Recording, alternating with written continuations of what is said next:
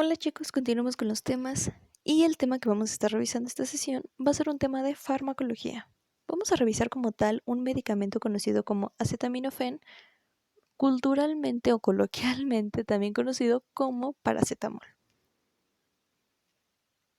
Vamos a comenzar revisando brevemente el mecanismo de acción y recordemos que el mecanismo de acción nos va a hablar sobre todo de cómo interactúa o de cómo trabaja el fármaco en nuestro organismo. Entonces, tenemos que el paracetamol es sobre todo analgésico y antipirético. ¿Qué quiere decir? Que va a combatir el dolor y también que va a combatir el aumento de la temperatura corporal, es decir, algún estado febril.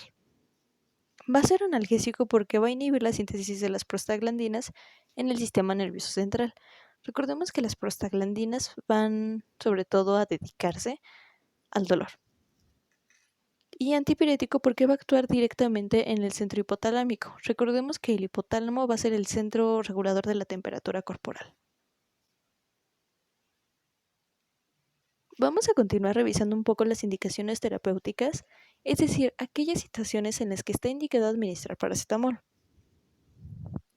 Y vamos a comenzar con la vía oral o rectal. Y estas son realmente muy utilizadas por los pediatras, sobre todo en niños.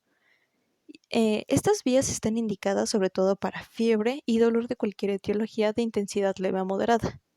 Es decir, hablamos de dolor de cualquier etiología por dolor de cualquier causa. Puede ser a lo mejor un dolor de cabeza, un dolor dental que nos duele una muela, dolor menstrual, etc.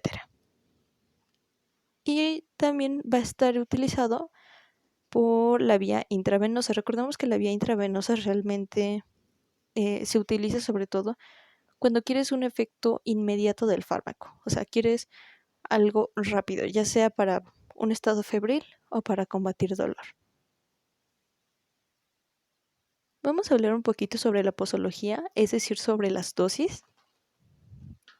Y vamos a comenzar con la vía oral.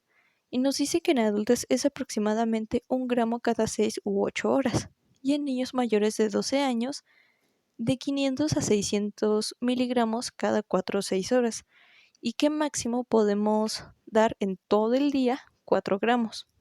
Después de que tú sobrepasas estos 4 gramos, empiezas con alteraciones e incluso cierto grado de intoxicación tanto en el hígado como en el riñón. Y en niños desde 0 meses va a estar calculado, sobre todo por el pediatra, de 15 miligramos kilogramos. Estas UCI se cuidan demasiado porque justamente pueden llegar a causar alteraciones o patologías muy graves, sobre todo en el hígado. Entonces se van a calcular directamente con el peso del infante. También es importante recalcar que en ancianos, es decir, en adultos mayores, tenemos que reducir la dosis un 25%. Entonces, ¿qué dosis? No, hablamos de la dosis de adultos. Si nosotros dijimos que vamos a estar dando 1 gramo cada 6 u 8 horas y tenemos que reducirlo un 25%, estaríamos hablando entonces de 750 miligramos cada 6 u 8 horas. Y bueno, vamos a hablar también sobre la vía rectal. Y esta también está sobre todo muy indicada en niños.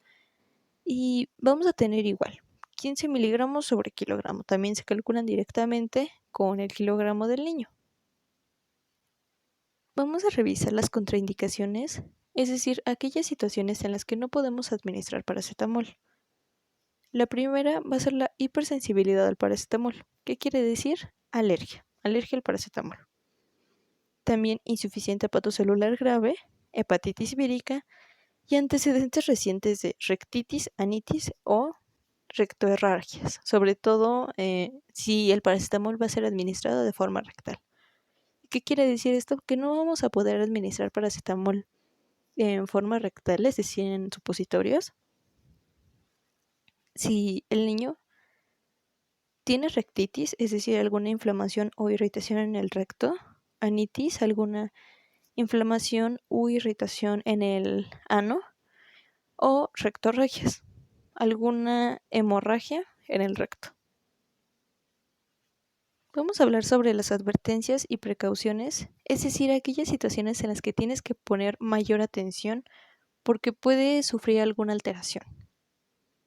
Tenemos la hepatitis aguda, la insuficiencia hepática, la deshidratación por abuso por alcohol, la malnutrición crónica, el alcoholismo crónico, la insuficiencia renal, la insuficiencia cardíaca grave, afecciones pulmonares y anemia.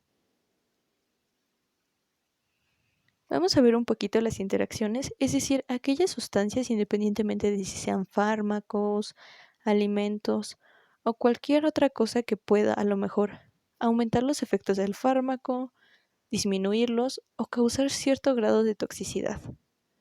Y tenemos que hacer interacciones sobre todo en los niveles plasmáticos porque los va a disminuir por los estrógenos.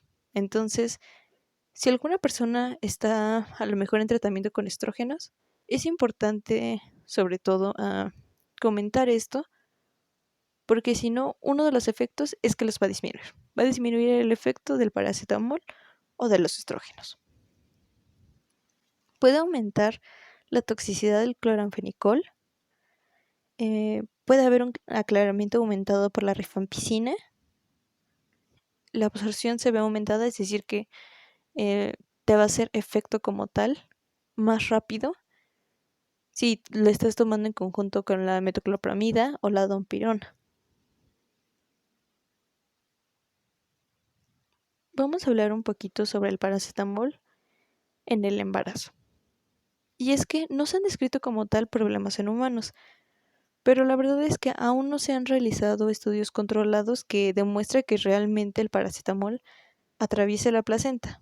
Sin embargo, justamente como aún no tienen muy claros estos estudios, tenemos que valorar directamente o administrar paracetamol únicamente si los beneficios superan los riesgos.